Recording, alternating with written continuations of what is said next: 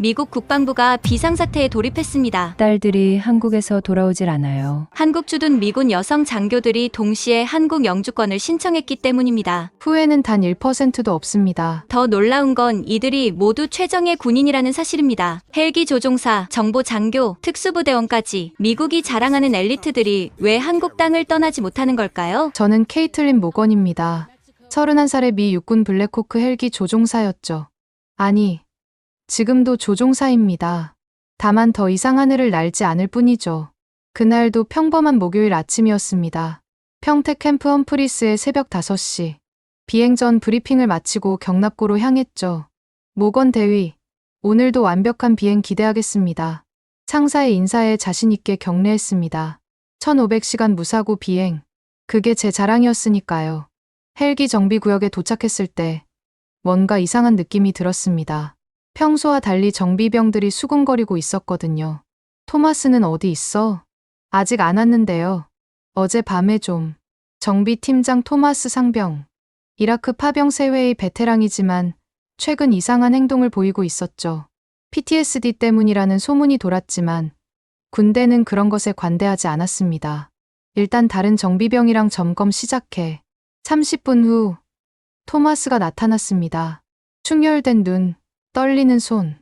뭔가 정상이 아니었어요. 토마스, 괜찮아? 네, 대위님. 그냥 어제 잠을 못 자서. 지금 생각하면 그때 멈췄어야 했습니다. 하지만 저는 예정된 임무가 있었고 토마스를 믿었죠. 치명적인 실수였습니다. 오전 8시 정각. 정비 작업의 마지막 단계였습니다. 헬기를 크레인으로 들어 올려 하부를 점검하는 작업이었죠. 저는 콕핏에서 시스템을 체크하고 있었습니다. 갑자기 토마스의 비명이 들렸습니다. 안 돼. 버튼을 잘못. 무언가 끊어지는 소리와 함께 헬기가 기울었습니다. 크레인 케이블 하나가 끊어진 겁니다. 순간 모든 것이 슬로우 모션처럼 보였어요. 뛰어. 누군가의 외침이 들렸지만 이미 늦었습니다. 7톤짜리 헬기가 제 쪽으로 쓰러지고 있었으니까요. 콕핏이 뭉개지면서 제 하반신이 조종석에 깔렸습니다. 척추를 타고 올라오는 끔찍한 통증. 다리가 이상한 방향으로 꺾여 있는 게 보였어요. 메딕, 메딕. 정비병들이 소리치는 게 들렸습니다. 의식이 흐려지면서 마지막으로 본 것은 토마스의 얼굴이었어요. 공포에 질린 그의 눈에서 뭔가 이상한 게 보였습니다. 동공이 비정상적으로 확대되어 있었죠. 약물. 그가 약물을. 의식을 잃기 전 마지막 생각이었습니다. 깨어났을 때는 미군 121병원 중환자실이었습니다. 온몸에 튜브가 연결되어 있었고 하반신은 전혀 감각이 없었어요. 모건 대위님, 정신이 드십니까? 군의관 스미스 소령의 얼굴이 보였습니다. 그의 표정은 어두웠죠. 제 다리는 느낌이 없어요. 일단 안정을 취하셔야 합니다. 상태가 솔직히 말해주세요. 제발. 스미스 소령이 차트를 들여다보며 한숨을 쉬었습니다. 척추 4번과 5번이 압박 골절됐습니다. 신경 손상이 심각하고요. 현재로서는 하반신 마비 가능성이 높습니다. 마비. 그 단어가 귓가에 맴돌았습니다. 헬기 조종사가 걷지도 못한다니. 하늘을 나는 사람이 땅에서도 제대로 서지 못한다니. 토마스는요? 구속됐습니다. 약물 검사에서 메스암페타민 양성 반응이 나왔어요. PTSD 치료를 빙자해 불법 약물을 복용했던 겁니다. 분노가 치밀어 올랐습니다. 그의 나약함 때문에 제 인생이 끝장났다니. 최소 5년 이상의 군사 재판을 받을 겁니다. 하지만 그게 제 다리를 돌려주진 못하겠죠. 스미스 소령이 고개를 끄덕였습니다. 죄송합니다. 저희가 할 수 있는 건 다 했습니다만. 그날 오후 혼자 남은 병실에서 처음으로 울었습니다.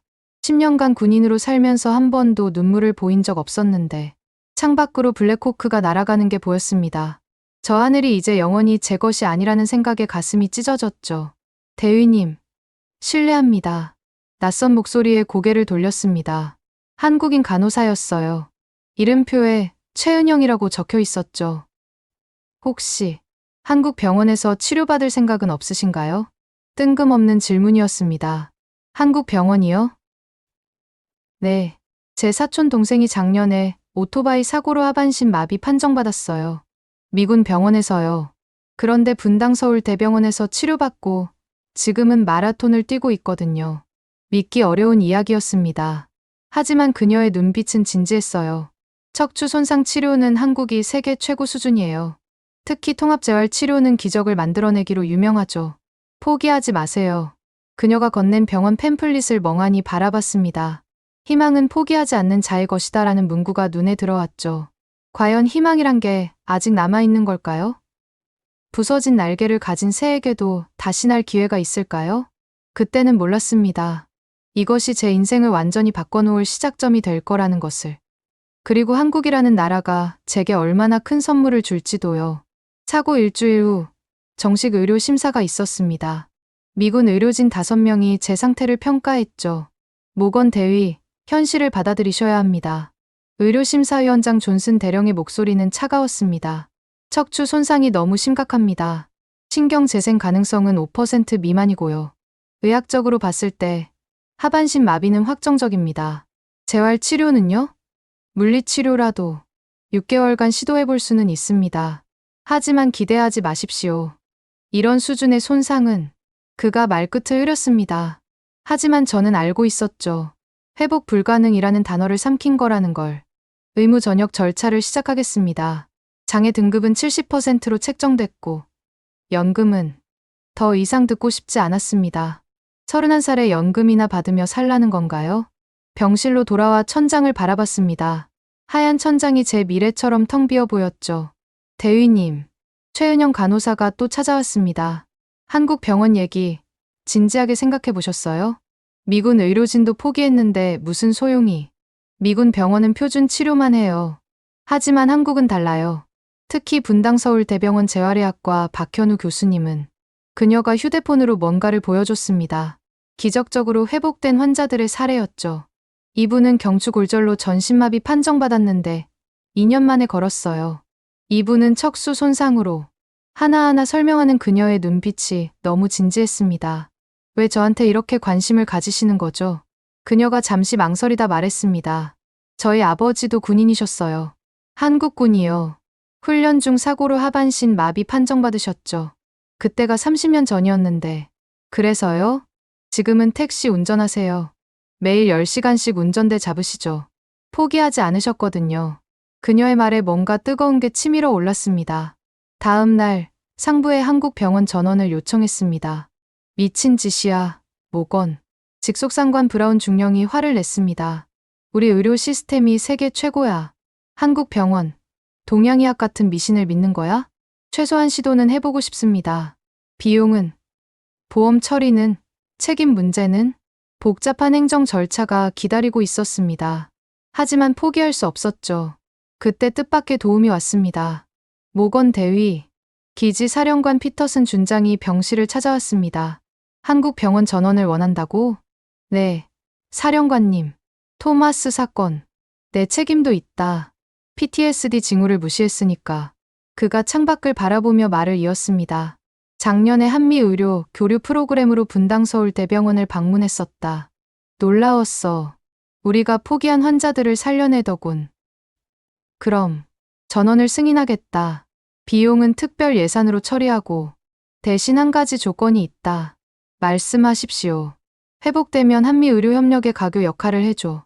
우리 부상병들을 위해서. 희망이 보이기 시작했습니다. 전원 결정 후 토마스의 편지가 왔습니다. 모건 대위님, 죄송합니다. 변명하지 않겠습니다. 제가 나약했습니다. PTSD를 핑계로 약물에 의존했고 그 대가를 대위님이 치르게 됐습니다. 용서는 바라지 않습니다. 다만 꼭 다시 일어서시길 기도합니다. 그래야 제 죄책감도 조금은. 편지를 구겨버렸습니다. 그의 사과가 제 다리를 돌려줄 순 없으니까요. 마지막 미군 병원에서의 밤. 최은영 간호사가 작은 선물을 건넸습니다. 한국 전통 매듭이에요. 행운을 빈다는 의미죠. 빨간 실로 정교하게 엮은 매듭이었습니다. 고맙습니다. 정말로. 박현우 교수님께 제가 미리 연락드렸어요. 최고의 의사예요. 그리고 포기하지 않는 의사예요. 환자가 포기해도 끝까지 싸우는 분이죠. 다음 날 아침, 앰뷸런스에 실려 분당으로 향했습니다. 차창 밖으로 한국의 풍경이 스쳐 지나갔죠. 낯선 간판들, 복잡한 도로, 분주한 사람들. 과연 이 낯선 나라가 제게 기적을 줄 수 있을까요? 앰뷸런스가 병원에 도착했을 때 믿기 어려운 광경이 펼쳐졌습니다. 의료진 10여 명이 입구에서 대기하고 있었던 겁니다. 케이틀린 모건 대위님이시죠? 기다리고 있었습니다. 그들의 눈빛에서 뭔가 다른 것을 느꼈습니다. 미군 병원의 차가운 시선과는 달랐어요. 이들은 절 고칠 수 없는 환자가 아닌 반드시 살려야 할 사람으로 보고 있었습니다. 휠체어에서 병상으로 옮겨지는 순간 누군가 속삭였습니다. 걱정 마세요. 여기선 기적이 일상이거든요. 정말일까요? 부서진 날개도 다시 펼 수 있을까요? 병실 문이 열리고 한 남자가 들어왔습니다. 예상과 달리 젊었어요. 30대 초반으로 보였죠. 안녕하세요. 모건 대위님. 재활의학과 박현우입니다. 유창한 영어에 놀랐습니다. 한국 의사들은 다 영어를 이렇게 잘하나요? 존스 홉킨스에서 3년간 연수했거든요. 그때 미군 병원에서도 일했고요. 그가 제 차트를 꼼꼼히 살피기 시작했습니다. 표정이 점점 진지해졌죠. 미군 병원 소견서를 봤습니다. 하반신 마비 확정 판정을 내렸더군요. 네. 그래서 전역 절차를. 잠깐만요. 그가 제 말을 끊었습니다. 직접 검사해보기 전에는 모릅니다. 특히 이런 말은 하지 마세요. 확정, 불가능, 포기. 이 단어들은 제 사전에 없거든요. 이상한 의사였습니다. 오만해 보일 수도 있는데 왠지 믿음이 갔어요. 내일부터 정밀 검사를 시작합니다. MRI, CT, 근전도, 신경전도, 가능한 모든 검사를 할 겁니다. 이미 미군 병원에서 거긴 거고 여긴 여깁니다. 우리 방식대로 다시 봐야죠. 그가 일어서며 말했습니다. 아, 그리고 내일부터 할아버지가 오실 겁니다. 할아버지요? 한의학과 노영택 교수님이요. 84세이신데 아직도 현역이세요. 침술의 대가죠. 침술이요. 그런 게 척추 손상에. 박 교수가 미소 지었습니다. 모건 대위님, 여기 오신 이상 열린 마음을 가지셔야 해요. 서양의학이 전부가 아니거든요. 다음 날 아침 6시 문이 열리더니 백발의 노인이 들어왔습니다. 미군 아가씨구나. 한국말이었지만 왠지 따뜻함이 느껴졌어요. 통역 간호사가 설명했습니다. 노 교수님이 맥을 보시겠대요. 할아버지의 손이 제 손목에 닿았습니다. 눈을 감고 한참을 그러고 계시더니 뭔가 중얼거렸어요. 기혈이 막혔지만 완전히 죽진 않았다. 희망이 있다. 그리고 가방에서 가느다란 침들을 꺼내기 시작했습니다. 잠깐, 이건 너무. 아가씨, 날 믿어. 60년간 이 일만 했어. 이상하게도 거부감이 들지 않았습니다. 할아버지의 눈빛이 너무 따뜻했거든요. 첫 번째 침이 허리에 꽂혔습니다. 예상과 달리 아프지 않았어요. 오히려 뭔가 따뜻한 기운이 퍼지는 느낌이었죠. 이게 뭐예요? 기의 흐름을 돕는 거야. 막힌 걸 뚫어주는 거지. 30분간의 침술이 끝나고 할아버지가 말했습니다. 매일 올 거야. 포기하지 마. 오후에는 박 교수팀의 검사가 이어졌습니다. 미군 병원과는 차원이 달랐어요. 여기 보세요. 모니터를 가리키며 박 교수가 설명했습니다. 미군 병원은 이 부분을 완전 손상으로 봤는데 자세히 보면 신경 일부가 살아있어요. 5% 정도지만 5%로 뭘 할 수 있죠? 5%면 충분합니다. 거기서 시작하는 거예요. 그의 확신에 찬 목소리가 인상적이었습니다. 저녁 무렵 간호사들이 왔습니다. 저희가 담당 간호팀이에요. 앞으로 가족처럼 지낼 거니까 편하게 생각하세요. 팀장 간호사 김선영 씨가 밝게 웃었습니다. 근데 한국 음식 드실 수 있어요? 잘 모르겠어요. 기지 안에서만. 내일부터 한국 음식에 도전해봐요. 음식도 치료의 일부거든요. 그날 밤 병실에 혼자 남았을 때 천장을 바라봤습니다. 미군 병원과는 완전히 다른 분위기였어요. 그곳에선 절 처리해야 할 케이스로 봤다면 여기선 살려야 할 생명으로 보는 것 같았습니다. 다음 날부터 본격적인 치료가 시작됐습니다. 오전 6시 노 교수님의 침술, 오전 8시 한약 복용, 오전 9시 물리치료, 오후 1시 전기자극 치료, 오후 3시 작업치료, 오후 5시 또 다른 침술. 죽을 것 같아요. 일주일 만에 음을 올렸습니다. 박 교수가 웃었습니다. 그만큼 몸이 반응한다는 거예요. 좋은 신호죠. 하지만 여전히 다리는 모건 대위님, 척추신경이 재생되려면 최소 3개월은 필요해요.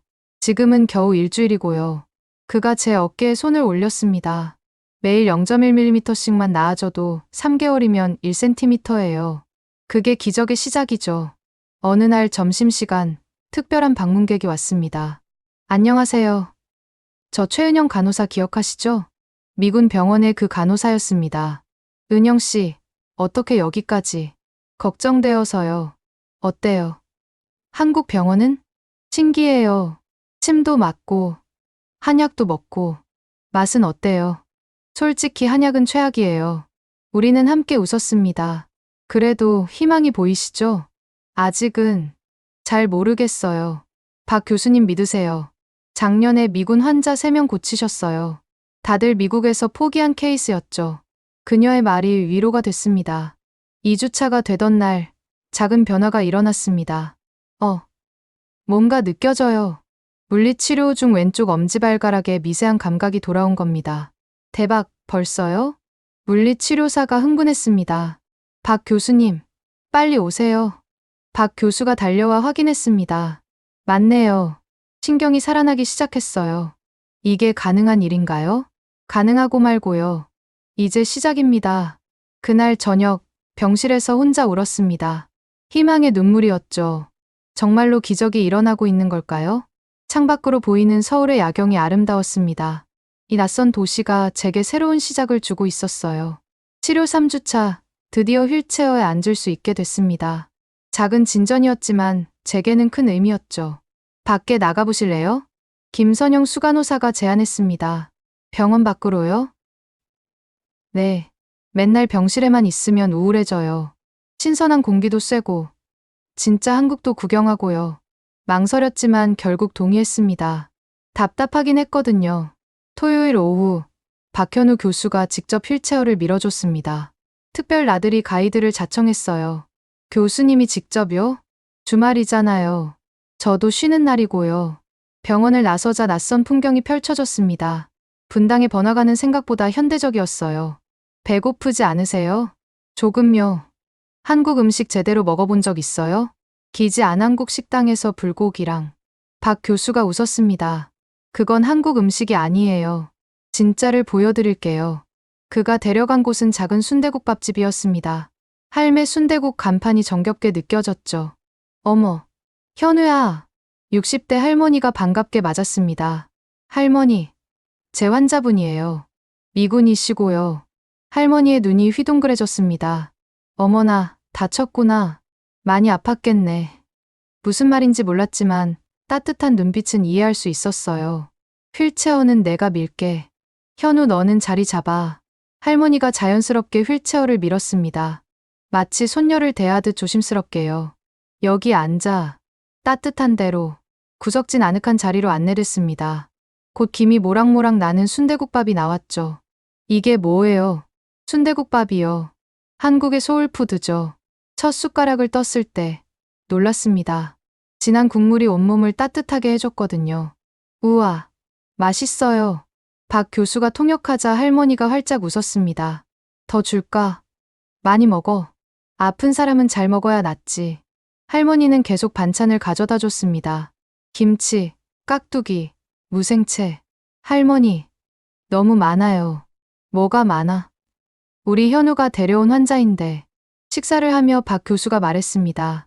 할머니 아들이 교통사고로 재환자였어요. 하반신 마비였죠. 지금은요? 택배 기사하세요. 하루 종일 뛰어다니시죠. 믿기지 않는 이야기였습니다. 식사가 끝날 무렵 할머니가 뭔가를 가져왔습니다. 이거 가져가. 내가 담근 김치야. 아니에요. 괜찮아요. 하지만 할머니는 들은 척도 안 했습니다. 병원 음식만 먹으면 힘 못 써. 이거 먹고 힘내. 박 교수가 설명했습니다. 한국에서는 이게 정이에요. 거절하면 오히려 서운해하세요. 순대국밥집을 나오며 눈물이 났습니다. 처음 보는 외국인에게 이런 친절을 베푸는 게 신기했거든요. 다음은 시장 구경 어때요? 박 교수가 데려간 곳은 서현역 근처 재래시장이었습니다. 미군 아가씨네. 과일 가게 아저씨가 먼저 알아봤습니다. 다쳤구나. 병원에서 치료받고 있어? 박 교수가 통역하자 아저씨가 사과를 깎기 시작했습니다. 이거 먹어. 우리 사과 달아. 돈을. 무슨 돈? 아픈 사람한테 돈 받으면 벌 받아. 떡볶이 가게, 야채 가게, 생선 가게. 지나가는 곳마다 뭔가를 쥐어줬습니다. 한국 사람들은 다 이래요. 정이 많죠.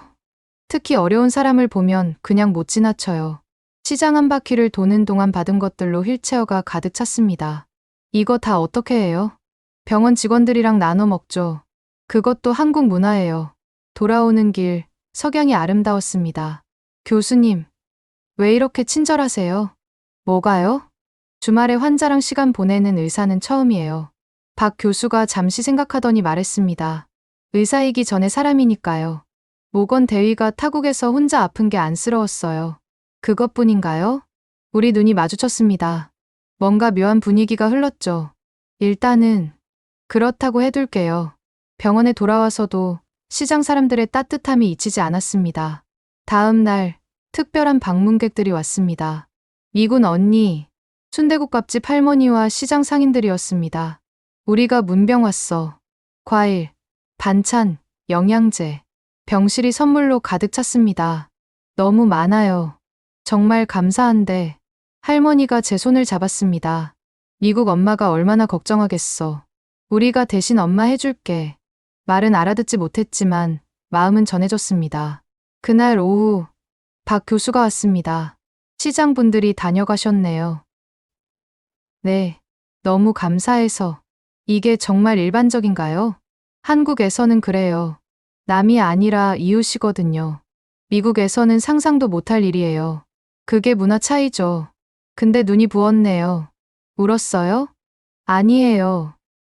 그냥 울어도 돼요. 저도 처음 미국 갔을 때 많이 울었어요. 너무 차가워서. 그의 위로에 또 눈물이 났습니다. 일주일 후 작은 기적이 또 일어났습니다. 발목이 움직여요. 물리치료 중 왼쪽 발목이 살짝 움직인 겁니다. 진짜네요. 대박. 치료실 전체가 축제 분위기가 됐습니다. 이 속도면 정말 걸을 수 있을 것 같아요. 박 교수의 말에 희망이 솟구쳤습니다. 그날 저녁 병실에서 일기를 썼습니다. 오늘도 발목이 조금 더 움직였다. 한국에 온 지 한 달. 이상한 나라다. 의사는 친구 같고 할머니들은 엄마 같다. 처음 보는 사람들이 가족처럼 대해준다. 미군 병원에서는 나를 숫자로 봤다. 케이스 번호 1847. 하지만 여기서는 나를 케이틀린이라고 부른다. 사람으로 본다. 다리도 중요하지만 더 큰 걸 얻고 있는 것 같다. 이게 뭔지는 아직 모르겠다. 하지만 따뜻하다. 너무나 따뜻하다. 창밖으로 한국의 밤이 깊어가고 있었습니다. 내일은 또 어떤 기적이 기다리고 있을까요? 치료 8주차. 운명의 날이 밝았습니다. 오늘은 특별한 시도를 해볼 거예요. 박현우 교수가 새로운 장비 앞에서 설명했습니다.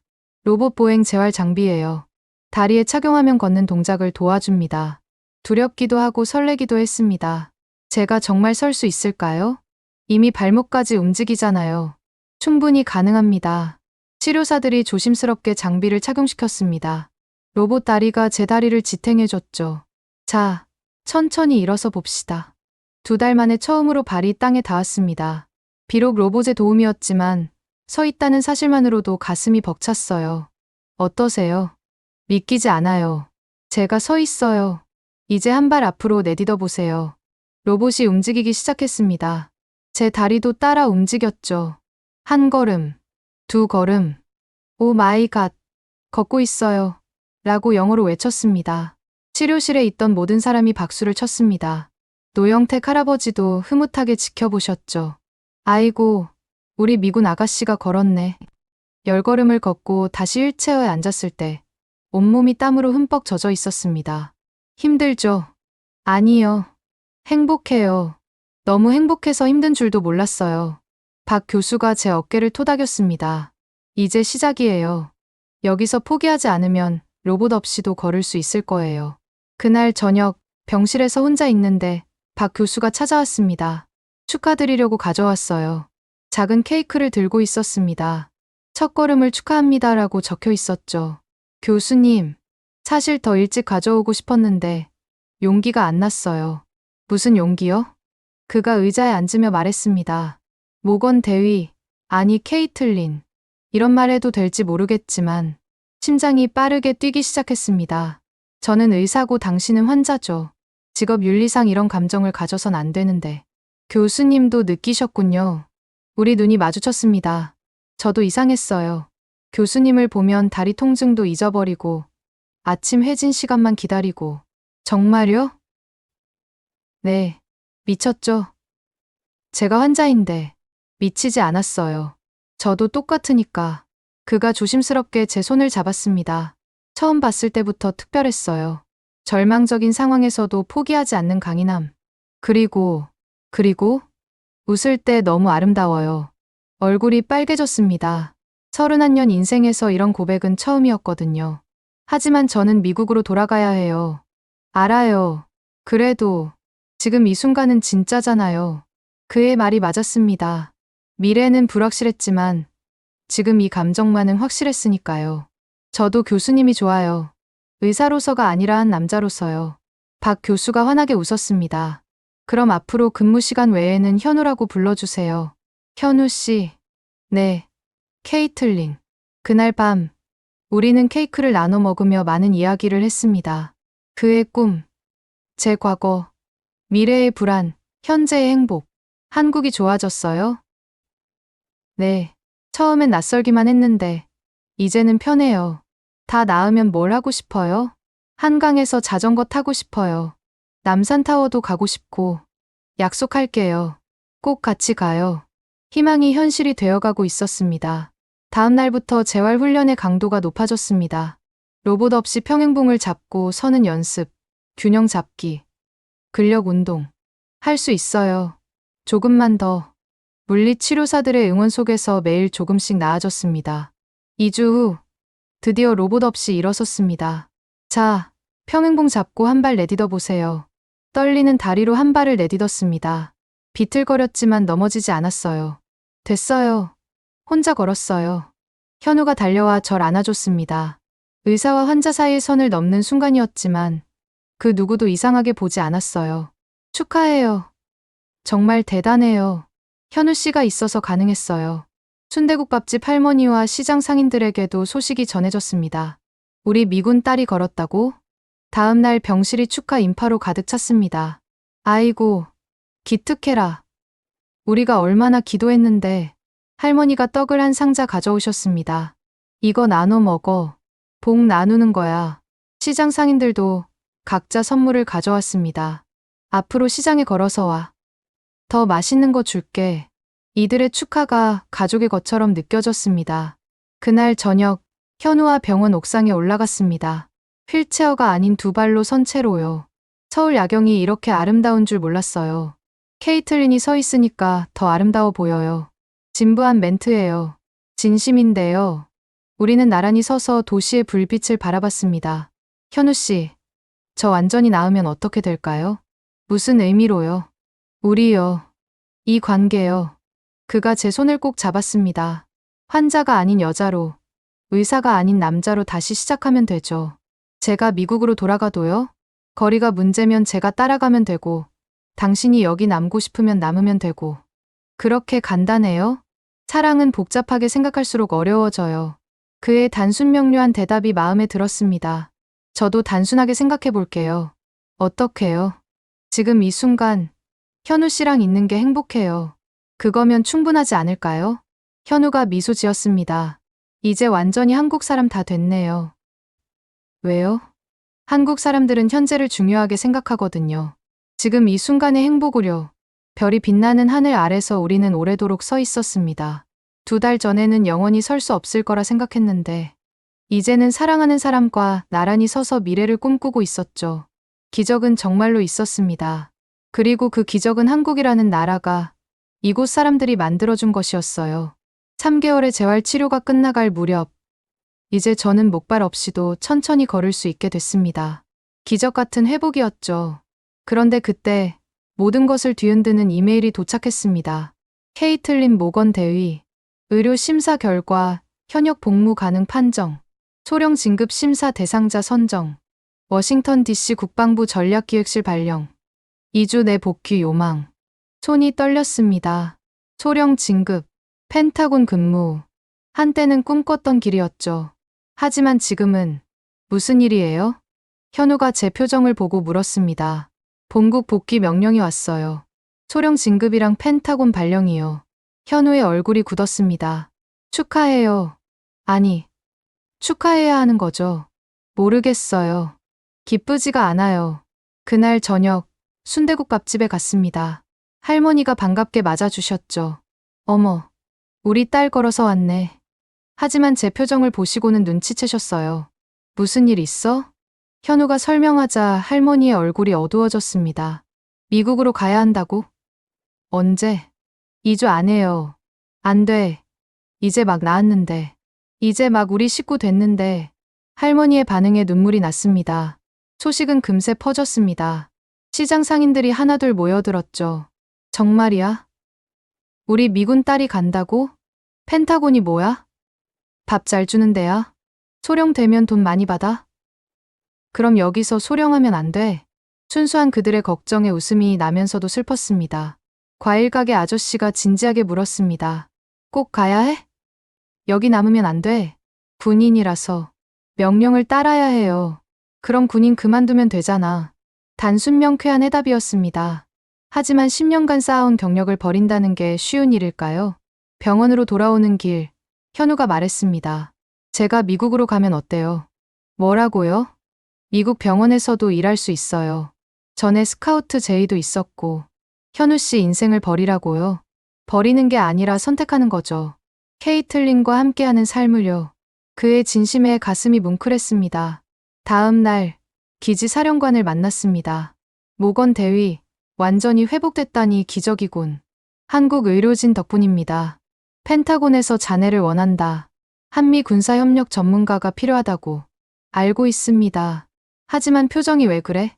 영광스러운 자리 아닌가? 솔직하게 말했습니다. 사령관님, 저는 여기 남고 싶습니다. 뭐, 한국에서 새로운 삶을 찾았습니다. 이곳 사람들이 저를 살렸고, 가족이 되어줬습니다. 사령관이 한숨을 쉬었습니다. 개인적으로는 이해한다. 하지만 군인은 알고 있습니다. 그래서 더 고민됩니다. 일주일의 시간을 받았습니다. 그 사이 노영택 할아버지가 찾아오셨습니다. 미국 간다고? 아직 결정 못했어요. 할아버지가 제 맥을 짚더니 말씀하셨습니다. 몸은 나았지만 마음이 아프구나. 할아버지, 내가 한 가지 물어보자. 어디에 있을 때 행복하니? 단순한 질문이었지만 답은 명확했습니다. 여기요. 한국이요. 그럼 답이 나왔네. 행복한 곳이 네 집이야. 할아버지의 말씀이 큰 울림을 줬습니다. 주말에 현우 가족을 만났습니다. 부산에서 올라오신 부모님은 따뜻한 분들이었어요. 아이고, 예쁘네.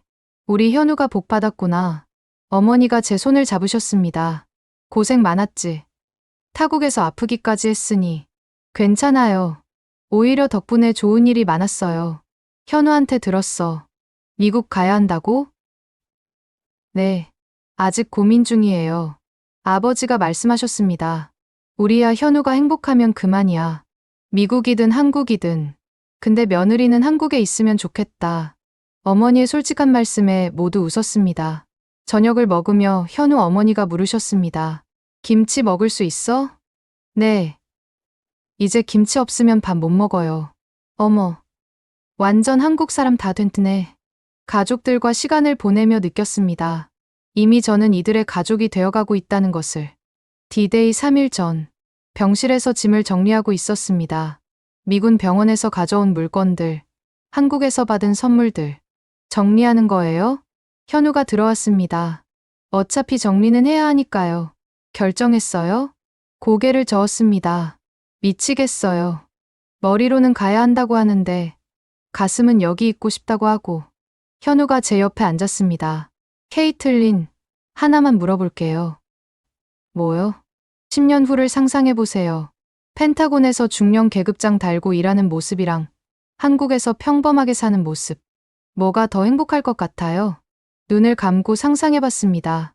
워싱턴의 차가운 사무실, 계급과 성과로 평가받는 일상. 그리고 한국의 따뜻한 정, 현우와의 소박한 일상, 시장 사람들과의 수다. 답은 명확했습니다. 여기요. 한국에서의 삶이요. 그럼 결정된 거 아니에요. 하지만 10년 경력을. 케이틀린, 경력이 밥 먹여주나요? 행복이 밥 먹여주죠. 순대국밥집 할머니와 똑같은 말이었습니다. 그날 밤, 저는 결심했습니다. 계급보다 행복을 선택하기로, 경력보다 사랑을 선택하기로, 미국보다 한국을 선택하기로. 다음 날 아침, 사령관실로 향했습니다. 손에는 2개의 서류가 들려 있었죠. 하나는 복귀 명령서, 하나는 전역 신청서. 들어오세요. 사령관실에 들어서자 피터슨 준장이 기다리고 있었습니다. 결정했나? 모건 대위? 네. 사령관님. 저는 전역 신청서를 책상 위에 올려놓았습니다. 준장의 표정이 복잡해졌습니다. 정말인가? 소령 진급과 펜타곤을 포기하고? 네. 신중히 생각한 결정입니다. 이유를 들을 수 있을까? 심호흡을 하고 말했습니다. 한국이 제 집이 되었습니다. 이곳에서 다시 걷는 법을 배웠고, 사랑을 찾았고, 진정한 행복이 무엇인지 알게 됐습니다. 후회하지 않겠나? 오히려 떠난다면 평생 후회할 것 같습니다. 준장이 창밖을 바라보며 말했습니다. 사실 예상했네. 한국에 정착하는 미군이 늘고 있거든. 특히 이곳 문화를 깊이 경험한 사람들이. 사령관님도 이해하시나요? 30년 전, 나도 비슷한 선택의 기로에 있었네. 그때는 군을 택했지만 가끔 궁금하더군. 다른 선택을 했다면 어땠을까? 그가 서류에 서명했습니다. 3개월 후 전역이네. 그동안 후임 인수인계 잘 부탁하네. 감사합니다. 사령관님.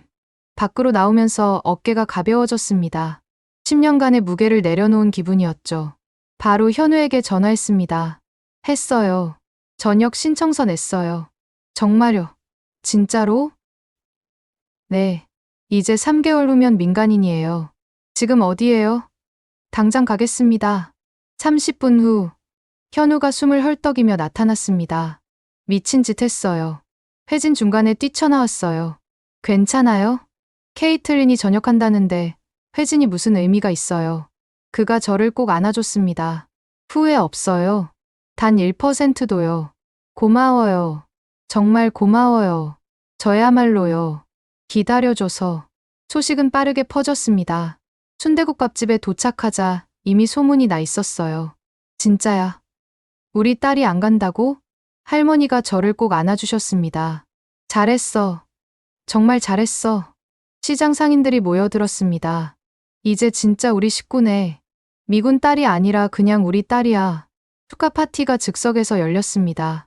막걸리가 돌고 전이 부쳐지고 노래가 울려 퍼졌죠. 케이틀린이 한국 사위 봤대. 이제 김치찌개도 끓여야지. 한국말도 제대로 가르쳐야 해. 웃고 떠드는 이들을 보며 확신했습니다. 제가 옳은 선택을 했다는 것을. 전역을 3주 앞둔 어느 날, 현우가 특별한 계획을 세웠습니다. 오늘은 중요한 곳에 가야 해요. 어디요? 깜짝 선물이에요. 따라오기만 하세요. 차를 타고 도착한 곳은 남산타워였습니다.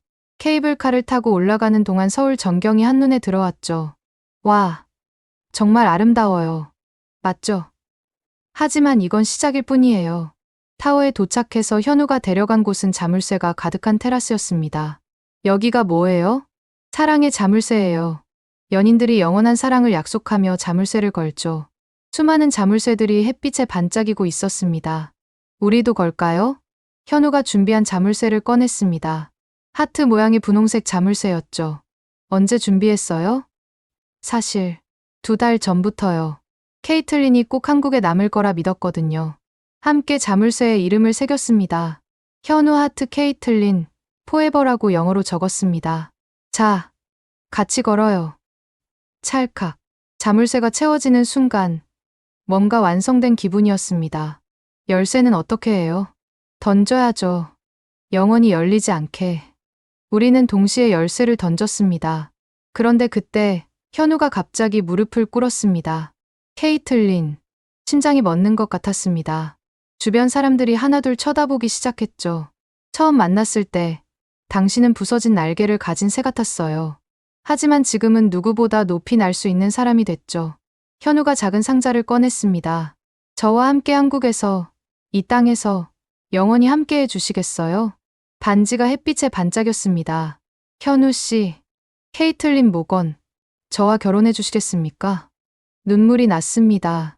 행복의 눈물이었죠. 네, 네, 1000번이라도 네.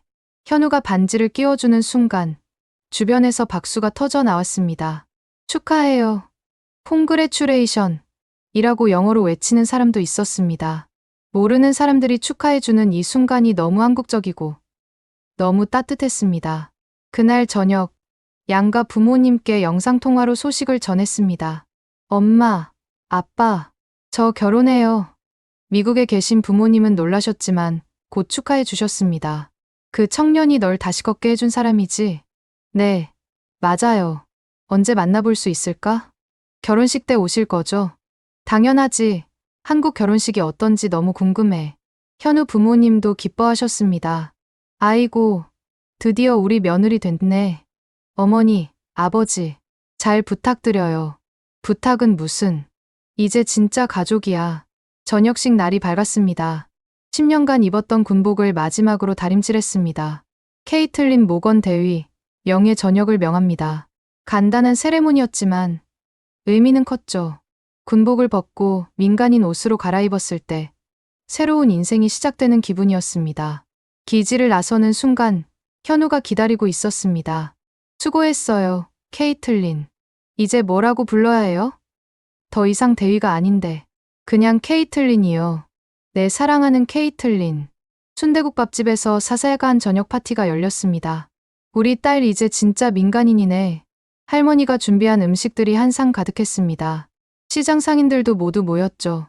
이제 매일 볼 수 있겠네. 한국말도 제대로 가르쳐줘야지. 김치 담그는 법도 과일 가게 아저씨가 선물을 주셨습니다. 저녁 기념이야. 이제 진짜 우리 동네 사람이니까. 작은 액자였습니다. 시장 사람들과 함께 찍은 사진이 들어있었죠. 언제 이런 걸 몰래 준비했지.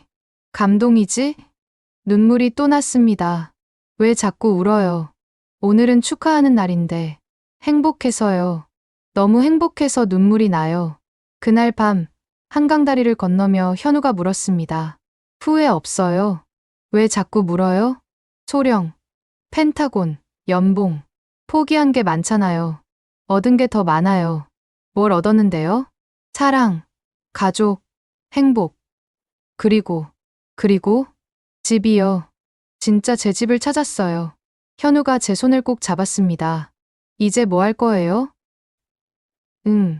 아직 구체적인 계획은 없지만 한미 문화 교류와 관련된 일을 하고 싶어요. 좋은 생각이에요. 케이틀린만큼 두 문화를 잘 아는 사람도 없으니까. 그리고 한국어도 제대로 배워야죠. 이제 진짜 한국 사람이 될 거니까. 벌써 반은 한국 사람이에요. 반만요? 김치찌개 끓이면 완성. 우리는 웃으며 집으로 향했습니다. 결혼 준비가 시작됐습니다. 한국 전통 혼례는 어때요? 현우 어머니의 제안이었습니다. 전통 혼례요? 한복 입고 전통 예식하고 너무 예쁠 것 같은데. 솔직히 망설여졌습니다. 서양식 웨딩드레스를 꿈꿔왔거든요. 하지만 순대국밥집 할머니의 한마디가 결정적이었습니다. 한국 사람 되려면 한국식으로 해야지. 내가 한복 골라줄게. 그렇게 한국 전통 혼례를 하기로 했습니다. 결혼식 일주일 전 특별한 손님이 찾아왔습니다. 모건 대위님. 아니, 이제 민간인이시구나. 미군 병원의 최은영 간호사였습니다. 은영 씨, 어떻게? 결혼 소식 듣고 왔어요. 제가 처음 한국 병원 가라고 권했잖아요. 맞아요. 은영 씨 덕분에 이 모든 게 시작됐어요. 다행이에요. 정말 잘 됐어요. 행복해 보여요. 네. 정말 행복해요. 꿈만 같아요. 은영 씨가 작은 선물을 건넸습니다. 결혼 선물이에요. 별거 아니지만 한국 전통 놀이개였습니다. 한복에 다는 거예요. 행운을 가져다 준대요. 고마워요. 정말로. 모든 게 준비되어 가고 있었습니다. 한국에서의 새로운 삶이 곧 시작될 터였죠. 따뜻한 봄날의 토요일, 서울 한옥마을의 전통 예식장에서 우리의 결혼식이 열렸습니다. 신부 입장. 붉은 치마 저고리에 족두리를 쓰고 입장하는 순간 하객들의 탄성이 들렸습니다. 어머, 한복이 저렇게 잘 어울려. 외국인 맞아? 완전 한국 사람 같은데. 미국에서 온 부모님도 한복을 입으셨습니다. 아빠가 속삭였죠. 네가 정말 행복해 보여서 다행이다. 고마워요, 아빠. 전통 혼례 절차는 복잡했지만 의미 있었습니다. 신랑 신부가 서로에게 절하고 부모님께 절하고 이제 두 사람은 부부가 되었습니다. 하객들의 축하 속에서 우리는 진짜 가족이 됐습니다. 피로연은 그야말로 동네 잔치였습니다. 순대국밥집 할머니가 사회를 보셨죠. 자, 우리 동네 딸 케이틀린이가 시집을 갔습니다. 시장 상인들, 병원 직원들, 미군 동료들까지 정말 많은 사람들이 축하해 줬습니다. 케이틀린, 한국 며느리 됐네. 이제 김치찌개 끓이는 법 가르쳐 줄게. 애기 낳으면 우리가 다 봐줄 테니까 걱정 마. 미군 동료들도 신기해했습니다. 모건, 아니 케이틀린, 정말 한국에 정착하는구나. 어떻게 이런 결정을 했어? 대단해. 후회 안 해? 전혀요. 오히려 더 일찍 결정하지 못한 게 후회돼요. 신혼여행은 제주도로 갔습니다. 와, 한국에 이런 곳이 있었어요? 제주도는 한국의 하와이죠. 한라산을 오르며 현우가 말했습니다. 1년 전만 해도 상상 못했죠. 우리가 부부가 될 거라고. 맞아요. 그때는 다시는 걷지 못할 거라고 생각했는데 인생은 정말 알 수 없는 것 같아요. 정상에 올라 탁 트인 전망을 바라봤습니다. 케이틀린, 앞으로 뭐 하고 싶어요? 구체적으로 생각해봤어요. 뭔데요? 미군 가족들을 위한 한국 정착 지원 센터를 만들고 싶어요. 오, 좋은 아이디어예요. 제가 겪은 어려움을 다른 사람들은 겪지 않았으면 좋겠어요. 그리고 한국의 좋은 점도 알려주고 싶고요.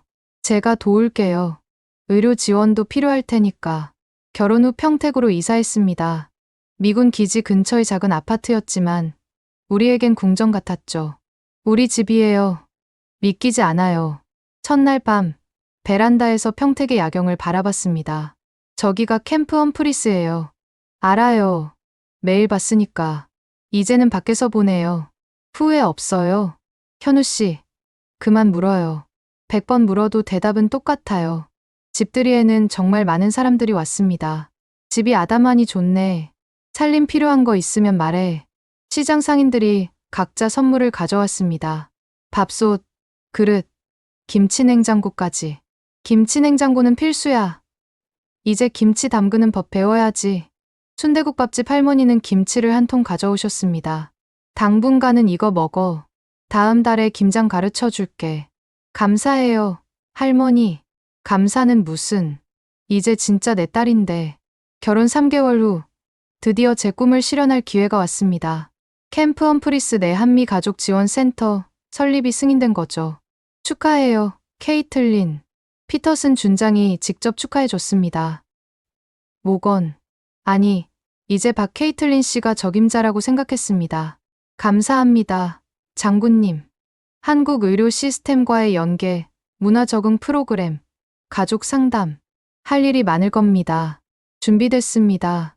센터 오픈 첫날, 예상보다 많은 사람들이 찾아왔습니다. 저도 한국 병원에서 치료받고 싶어요. 한국 문화에 대해 알고 싶어요. 아이 학교는 어디가 좋을까요? 정신없었지만 보람 있었습니다. 특히 부상당한 군인들을 한국 병원에 연결해주는 일이 가장 의미 있었죠. 정말 한국 병원이 좋나요? 제가 살아있는 증거예요. 믿고 가보세요. 6개월 후 센터는 큰 성공을 거뒀습니다. 한국 병원에서 치료받은 미군 환자 50명, 한국 문화 프로그램 참가자 200명, 한국에 정착하기로 한 미군 가족 15가구. 케이틀린, 당신이 만든 변화예요. 현우가 자랑스러워했습니다. 혼자 한 게 아니에요. 모든 분들이 도와주셨죠. 어느 날 특별한 전화가 왔습니다. KBS 다큐멘터리 팀입니다. 케이틀린 씨 이야기를 다루고 싶은데요. 저요? 왜요? 한국에 정착한 미군의 이야기를 찾고 있었는데 케이틀린 씨가 가장 특별하더라고요. 고민 끝에 출연을 결정했습니다. 더 많은 사람들에게 희망을 주고 싶었거든요. 촬영은 한 달간 진행됐습니다. 사고 현장, 병원, 시장, 그리고 현재의 일상까지 가장 힘들었던 순간은 언제였나요? 하반신 마비 판정받았을 때요. 모든 게 끝났다고 생각했죠. 한국을 선택한 이유는 선택한 게 아니에요. 한국이 저를 선택해 준 거죠. 이곳 사람들이 저를 받아들여 줬어요. 방송 후 반응은 뜨거웠습니다. 너무 감동적이었어요. 한국인으로서 자부심을 느꼈습니다. 저도 국제 결혼했는데 용기를 얻었어요. 그리고 또 다른 변화가 시작됐습니다. 미군 병원과 한국 병원 간 공식 협력 프로그램, 한미 문화 교류 확대, 그리고 케이틀린, 중요한 얘기가 있어요. 어느 날 저녁, 현우가 진지한 표정으로 말했습니다. 뭔데요? 병원에서 한미재활센터를 만들기로 했어요. 공동센터장을 제안받았는데, 대박, 받아야죠. 케이틀린도 함께 해줬으면 좋겠어요. 행정센터장으로. 꿈같은 제안이었습니다. 제 경험을 살려 두 나라를 잇는 일을 할 수 있다니. 네. 당연히 할게요. 그렇게 새로운 도전이 시작됐습니다. 그리고 며칠 후, 더 큰 선물이 찾아왔습니다. 현우 씨. 왜요? 무슨 일 있어요? 우리, 아기 가졌어요. 현우의 눈이 휘둥그레졌습니다. 정말. 진짜? 네. 병원에서 확인했어요. 현우가 저를 안고 빙글빙글 돌았습니다. 아빠가 된다. 내가 아빠가 된다. 그날 밤, 우리는 오래도록 미래를 이야기했습니다. 한국 이름도 짓고, 미국 이름도 지어야겠죠? 당연하죠. 우리 아이는 두 나라의 축복을 받고 태어날 테니까. 창밖으로 평택의 별이 빛나고 있었습니다. 1년 전 사고로 모든 걸 잃었다고 생각했는데, 지금은 더 많은 걸 얻었습니다. 사랑, 가족, 일, 그리고 곧 태어날 아이까지. 때로는 끝이라고 생각한 순간이 새로운 시작이 되기도 합니다. 저에게 한국은 그런 곳이었어요. 엄마, 엄마. 작은 발걸음 소리가 집 안에 울려 퍼집니다. 벌써 3살이 된 우리 딸, 하은이가 뛰어옵니다. 하은아, 천천히. 할머니가 김치 줬어. 순대국밥집 할머니네서 돌아온 아이 손엔 작은 김치통이 들려 있었죠. 우리 하은이가 김치를 그렇게 좋아해? 응. 김치 최고. 한국말과 영어를 섞어 쓰는 아이를 보며 웃음이 났습니다. 3년이 지난 지금, 저는 두 아이의 엄마가 됐습니다. 첫째 하은이와 작년에 태어난 둘째 데이빗. 데이빗도 할머니 보고 왔어? 옹알이로 대답하는 아들을 보며 현우가 웃었습니다. 오늘 센터에 신규 가족 몇 팀 왔어? 5 가족이요. 모두 한국 정착을 고민하고 있대요. 한미재활센터는 이제 단순한 의료시설을 넘어섰습니다. 문화교류의 장이 되었죠. 내일은 김장 체험 프로그램이지? 네. 벌써 30명이 신청했어요. 미군 가족들이 김장을? 다들 궁금해해요. 진짜 한국 문화를 체험하고 싶다고. 저녁 식탁에서 하은이가 젓가락질을 완벽하게 합니다. 하은이 젓가락질 진짜 잘한다. 할머니가 가르쳐 줬어. 시장 할머니들이 하은이를 손녀처럼 키워주셨죠. 엄마, 김치찌개 더 주세요. 라고 영어 한국어를 섞어서 말했습니다. 하은아, 한국말로 해야지. 엄마, 김치찌개 더 주세요. 그래. 우리 딸. 평범한 일상이지만 특별합니다. 두 문화가 자연스럽게 어우러진 우리 가족만의 모습이니까요. 주말이면 시장에 갑니다. 어머, 우리 하은이 왔네. 과일 가게 아저씨가 반갑게 맞아주십니다. 아저씨, 사과 주세요.